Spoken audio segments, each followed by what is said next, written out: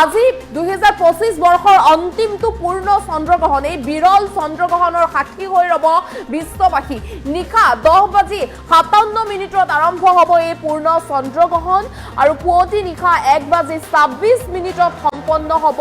এই বিৰল চন্দ্ৰগ্ৰহণ ৰঙা হৈ পৰিব আজি চন্দ্ৰ গ্ৰহণৰ সময়ত কোনো ধৰণৰ আপুনি খাদ্য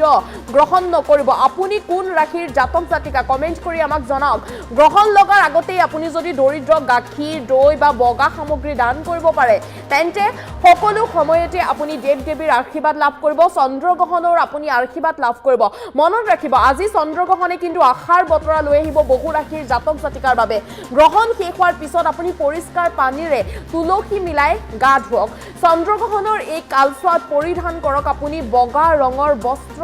পৰিধান কৰক কুম্ভ সিংহ মিথুন ৰাশিৰ লোকে 45 দিনৰ বাবে কিছু নিয়ম মানি চলিব লাগিব এই গ্ৰহণৰ পিছত তেতিয়া আপুনি সুফল লাভ কৰিব বগা ৰঙৰ সূতা 45 দিনৰ বাবে